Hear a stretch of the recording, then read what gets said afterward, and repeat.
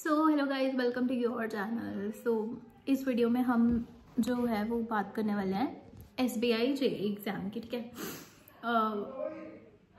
आपको भी पता होगा कि 1 मार्च को लास्ट अटेम्प्ट था, जिनका भी मतलब कि लास्ट एग्ज़ाम था SBI JEE के प्रीलिम्स का। जितनी भी शिफ्ट थी वो ख़त्म हो चुकी हैं आई गेस, मतलब जितना मैंने देखा है ना। तो मैं एज्यूम करके चल रही हूँ कि जिनका भी हुआ है वो पेपर बहुत अच्छा हुआ है, और ऐसा भी हुआ होगा कि लोगों का अटेम्प्ट्स नहीं अच्छे हुए, लोग यही सोच रहे होंगे। ठीक है, तो उसको लेके बात करूँगी कि जब मैं एग्ज़ाम दे रही थी ना यार, तो मुझे भी लगता था कि मैं जब आके वीडियोस देखती थी है ना, लोगों की बहुत सारे क्रिएटर्स जो हैं वो यूट्यूब पे वीडियो बनाते हैं और मतलब अपने अटेम्प्ट्स वगैरह बताते हैं, तो मेरे कभी कम अटेम्प्ट्स हुए होते थे ना। मतलब कि मेरे कभी क्या, मुझे लगता है कि मेरे हमेशा मैं देखती थी यार लोगों के इतने सारे अटेम्प्ट्स हैं और मेरे अटेम्प्ट्स कम है। ठीक है, और फिर मैं आके ना उनकी वीडियो देख के ना रोती थी कि यार मतलब इतना पूरा लगता था हमने इतनी मेहनत किया है, लेकिन लोगों के अटेम्प्ट्स कितने ज़्यादा हमसे और हम कहाँ स्टैंड करें, है ना। उन लोगों को मैं हमेशा यही बोलूँगी कि यार एक्यूरेसी पे फोकस करो। Accuracy is much more important than anything. ठीक है, अटेम्प्ट्स भी इम्पॉर्टेंट है, बट एक्यूरेसी के साथ अटेम्प्ट्स करना वो मैटर करता है बहुत ज़्यादा, बहुत हद तक। ठीक है, तो आपको फोकस करना है एक्यूरेसी पर फोकस करना है। और आपको लग रहा हो ना यार जितना बढ़ती कि यार आपके कम अटेम्प्ट्स है, यार आपको जितना भी बुरा लग रहा हो ना उसको साइड पे रखो। अभी वो टाइम सोचने का चला गया। ठीक है, कल लास्ट था जिनका भी कल एग्जाम हुआ, और जिनके अटेम्प्ट कम हुए हैं वो रो रहे होंगे, हाँ मतलब ऐसे उनको बुरा लग रहा होगा, बट ठीक है उसको साइड पे रख दो। अब सोचो आगे क्या करना है। ठीक है, मीन्स है ना अब SBI JEE का, तो उसको लेके बात करते हैं। ठीक है, प्रीलिम्स आई होप मतलब कि अब उसको आपने दिमाग से निकाल देना है। ठीक है, क्योंकि मीन्स में जिनका होगा ना उनको बहुत मेहनत करनी पड़ेगी अब। ठीक है, जो SBI JEE का एग्ज़ाम था, मैं ये एज्यूम करके चल रही हूँ कि आप लोगों के बहुत सारे एग्जाम्स हुए हैं। IBPS का एग्ज़ाम हुआ है, RRB PO का एग्ज़ाम हुआ है, RRBs के एग्ज़ाम हुए हैं इन शॉर्ट। तो आप पीछे से प्रिपरेशन करके आ रहे हो। ठीक है, और अगर वो छोड़ भी दिया मेन के लिए, तो अभी आप करंट अफेयर्स को तो कर रहे होगे ना। तो करंट अफेयर्स जो है, मैं ये बोल रही हूँ कि करंट अफेयर्स आपको इस तरीके से करना है, स्ट्रैटेजाइज करके कि मतलब कि अब आपको तो पैटर्न पता चल गया होगा कि इतने सारे एग्जाम में कैसा करंट अफेयर्स पूछा जा रहा है। ठीक है, जब इतने सारे एग्जाम में करंट अफेयर्स जैसा पूछा जा रहा है आपको पता चल गया है, तो अब आपको उसको रिवाइज करना है। ठीक है, उसको साथ साथ कर रहे हैं तो आप उसको रिवाइज करो, और मैक्सिमम 3-4 बार रिवाइज करके जाना पड़ेगा। अदरवाइज जब एक बार हम कोई चीज़ को पढ़ के जाए ना, और वो भी ऐसी चीज़ करंट अफेयर जो हमें याद नहीं रहती है, तो हम ऐसे सोचेंगे एग्जाम में ना एक बार पढ़ के जाएंगे सिर्फ, तो ऐसा लगेगा भाई कि ना ये यार ये हमने सब पढ़ा हुआ है, लेकिन हमें याद नहीं आ रहा कि मतलब हम ना चार जो ऑप्शन होते हैं उन पर ही कन्फ्यूज हो जाएंगे। ये मेरे साथ बहुत बार हुआ है। कभी ना मैं कोई कुछ मंथ्स को नहीं अच्छे से रिवाइज करके गई हूँ, तो मुझे ऐसे कन्फ्यूजन होती थी। और मैं यही बोलूँगी कि जो रिसेंट के 4 मंथ्स है ना उनको बहुत अच्छे से करो, और उसके साथ जो भी चीज़ें रिलेटेड है ना उनको भी बहुत अच्छे से करो। ठीक है, ये रह गई करंट अफेयर्स की बात। ठीक है, अब करते हैं बात हम इंग्लिश की। इंग्लिश मेंस के लिए ना बहुत सारे लोग पूछते हैं यार दीदी कि हमारे जो इंग्लिश में मार्क्स नहीं बढ़ रहे, मैं उनको हमेशा यही बोलती हूँ यार मॉक दो। मॉक में जितनी गलतियाँ आपकी आई ना उसको एनालाइज करो, उसमें देखो कि आपकी क्या गलती आ रही है, उसको इम्प्रूव करने की कोशिश करो। ठीक है, डिफरेंट मॉक्स देके एक मॉक को नहीं पकड़ना है। ऑलिव बोर्ड, मैं किसी की प्रमोशन नहीं कर रही हूँ, ऑलिव बोर्ड को पकड़ो, स्मार्ट कीड़ा को पकड़ो, क्योंकि ना यार उनके जो एग्ज़ाम जो उनके जो रहते हैं ना पैटर्न, मतलब कि वो मुझे पर्सनली बहुत अच्छे लगते हैं। एक लर्निंग नीति का मॉक आता है, मतलब कि उनके मॉक आते हैं, वो भी बहुत अच्छे थे। मैंने लास्ट मतलब कि जब मेरा ये SBI JEE का था ना एग्ज़ाम, तब मैंने वो भी दिए थे, तो उनके मॉक्स बहुत अच्छे होते हैं, अच्छे लेवल के होते हैं वो दो। ठीक है, मैं सेक्शनल की बात कर रही हूँ, सेक्शनल दो, इंग्लिश के मॉक दो, जितनी आप रीडिंग कर सकते हो उतने करो, वोकैबुलरी करो निशा मैम की, उसके बाद उनके जो वोकैबुलरी के बाद जो ऐसे और जो ये लेटर वगैरह होती है उनका पैटर्न देखो। ठीक है, तो ये सब चीज़ें करनी पड़ेगी। ठीक है, तो इसके बिना यार पॉसिबल नहीं ना है, क्योंकि बहुत सारी चीज़ें होती है इंग्लिश में। एक चीज़ आपको आप एक वोकैबुलरी, अब मैं ये नहीं बोलूँगी कि पूरी ही वोकैबुलरी याद हो जाएगी, बट जो रिपीट हो रही है एटलीस्ट वो तो आती होगी ना आपको। तो और कॉम्प्रीहेंशन को जितना स्किम करके निशा मैम की वो टेक्निक्स को स्किमिंग की, तो उससे आगे प्रोसीड करो। और जितना ज़्यादा आप बुक्स पढ़ोगे, जितनी ज़्यादा आप रीडिंग करोगे ना, उतना ज़्यादा आपको पढ़ने की हैबिट बढ़ती है और उतनी ज़्यादा अंडरस्टैंडिंग बढ़ती है। तो इंग्लिश में ज़्यादा मैटर करता है मेन में अंडरस्टैंडिंग। जितना आप ज़्यादा जल्दी अंडरस्टैंड करोगे उतने क्वेश्चन आप जल्दी अटेम्प्ट करोगे। ठीक है, ठीक है, मैं आपको ये बोलूँगी इंग्लिश के लिए मॉक दो, सेक्शनल मॉक दो, देने ही देने पड़ेंगे। हर एक दिन में आप 2 सेक्शनल मॉक दे सकते हो इंग्लिश के बहुत आराम से। ठीक है, उसके बाद आ जाता है रीजनिंग।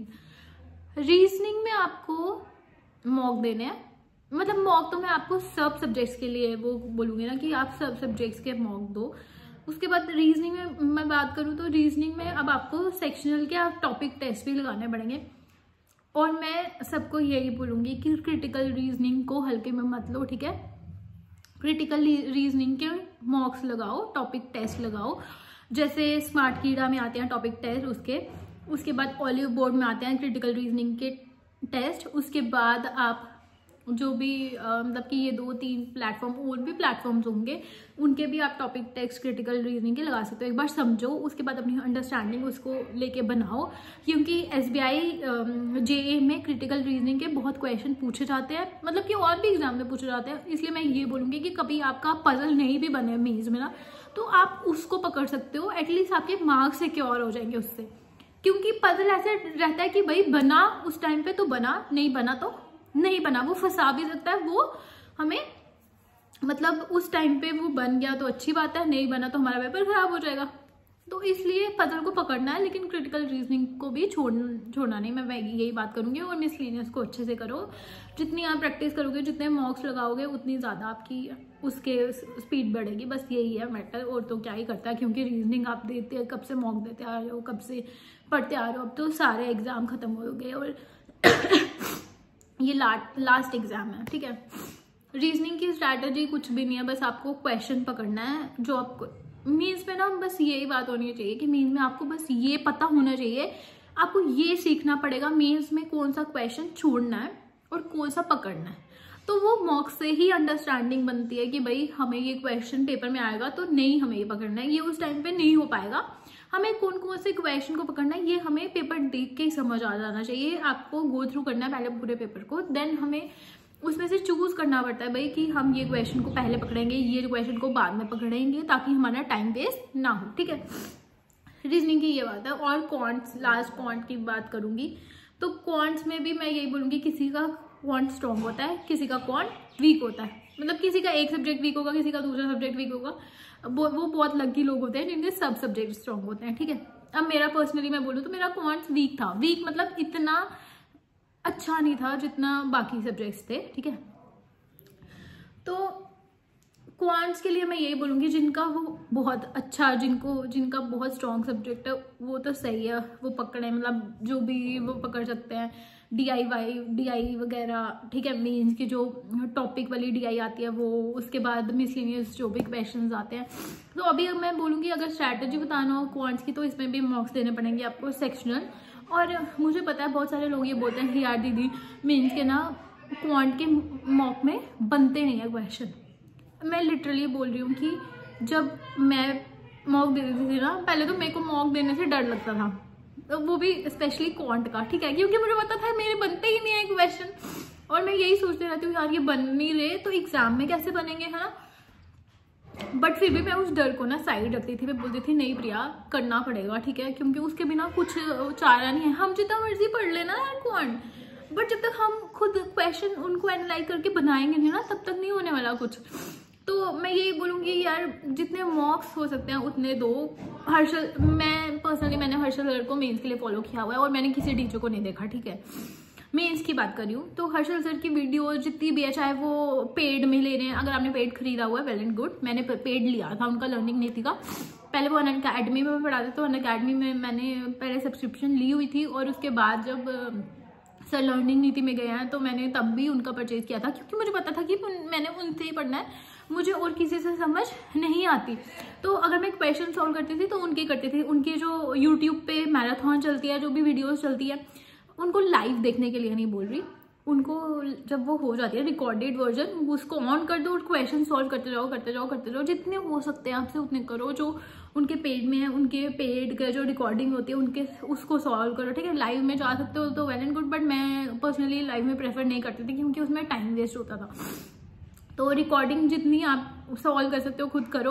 और आपको लगता है ना कि जब आपके क्वेश्चन नहीं बनते हैं मॉक में, तो देखो भाई उसमें कौन सा लॉजिक लग रहा है, कौन सा उसमें मेथड लग रहा है, तो वो देखो आपने जो क्वेश्चन सॉल्व किए उसमें से कुछ है ऐसा मैच करने वाला जो उसमें लग रहा है। तो बस मैं यही बोलूँगी कि एनालिटिक पार्ट आपका बहुत स्ट्रांग होना चाहिए, एनालिसिस करना आपको आना चाहिए। मेंस में बस यही होता है यार, मॉक मॉक मॉक, और उसमें एनालाइज करो कि आपकी कहाँ गलतियाँ हो रही हैं, आपके क्या चीज़ें स्ट्रॉन्ग है, उसको अटेम्प्ट करो सबसे पहले। अब जैसे मैं मैथ का बोलूँ, क्योंकि मैं भी उस फेज से गुजरी हूँ यार, मैं आपको ये बताऊंगी जिनका भी मैथ्स वीक है ना, जिनको ऐसा लगता है, होता जाए है या नहीं, बट उनको लगता है कि भाई डर लगता है एक पॉइंट से, है ना। तो आप ये क्या करो, मॉक ऑन किया, ठीक है, मॉक ऑन किया, आपको जो भी लगता है ना छोटे छोटे क्वेश्चन जैसे मिसलेनियस क्वेश्चन, क्वाड्रेटिक, ये वो सिंप्लीफिकेशन वगैरह अगर आती है उसमें, पहले उसको सॉल्व करो, ठीक है। उसमें भी बहुत सारी चीज़ें होती हैं मेंस में, पहले देखो वो जितने भी पैटर्न है ना उन सबको कर लो, ठीक है। उसके बाद डीआई को पकड़ो, डीआई को पकड़ो, कुछ डीआई तो ऐसी होंगी, प्रोबेबिलिटी की डीआई होती है और भी सब चीज़ों की डीआई होती है जो आपको लगता है कि आप कर सकते हो सॉल्व, उसको पकड़ो, ठीक है। उसके बाद आप जाके अर्थमेटिक पे जाओ, स्विच करो, और अर्थमेटिक के क्वेश्चंस ढूंढने पड़ेंगे यार, मेंस में मिलते, मैं ये नहीं बोलूँगी कि आपको सीधे सीधे मिल जाएंगे, मेंस के क्वेश्चन ढूंढने पड़ेंगे कि भाई ये सॉल्व हो रहा है, वो सॉल्व हो रहा है, तो ऐसे करके आपको सॉल्व करना है। और यही स्ट्रैटेजी है, मतलब कि कोई हवा में से स्ट्रैटेजी नहीं आ जाती कि भाई ये अलग स्ट्रैटेजी है, ये लोगों का क्लियर हो गया तो इनकी अलग स्ट्रैटेजी रही होगी, नहीं। जो एक नॉर्मल पर्सन जैसे करता है वो वैसे ही रहता है, बट ये है कि हर एक बंदे का वो करने का तरीका अलग होता है और आपको मैनेज करना पड़ेगा। डरना नहीं है मॉक देने से, मैं बस यही बोलूँगी, जितना जितना मॉक दे सकते हो ना उतना दो, जितने क्वेश्चन सॉल्व कर सकते हो उतना लगाओ, और डरना नहीं है। बस जिनको लगता है ना उनका मतलब ऐसे कि लास्ट अटेम्प्ट है या भाई अब नहीं हो रहा, अब हमसे नहीं होगा, बस मैं ये लास्ट एग्ज़ाम देख रहा हूँ या देख रही हूँ, तो अभी SBI PO का भी एग्ज़ाम है, आप लोगों को पता होगा, तो बस हिम्मत नहीं हारनी है यार, बस मेहनत करो और करते जाओ, आपका भी ज़रूर होगा। और क्या पता भगवान ने कुछ अच्छा लिखा हो यार, हर किसी की लाइफ में कुछ तो लिखा होता है ना, मेहनत ऐसे वेस्ट कभी भी नहीं जाती, इतना याद रखना लाइफ में, ठीक है। सो इस वीडियो को यहाँ पे रखते हैं, और अगर आपके कोई भी डाउट्स होते हैं ना, जितने भी डाउट होते हैं ना, अगर आपको कुछ नहीं समझ आ रहा या ऐसा कुछ, तो आप मुझे पर्सनल मैसेज कर सकते हो, इंस्टाग्राम में, टेलीग्राम में, या कमेंट में भी कर सकते हो, ठीक है। तो इस वीडियो को यहीं पे ख़त्म करते हैं। So thank you for watching.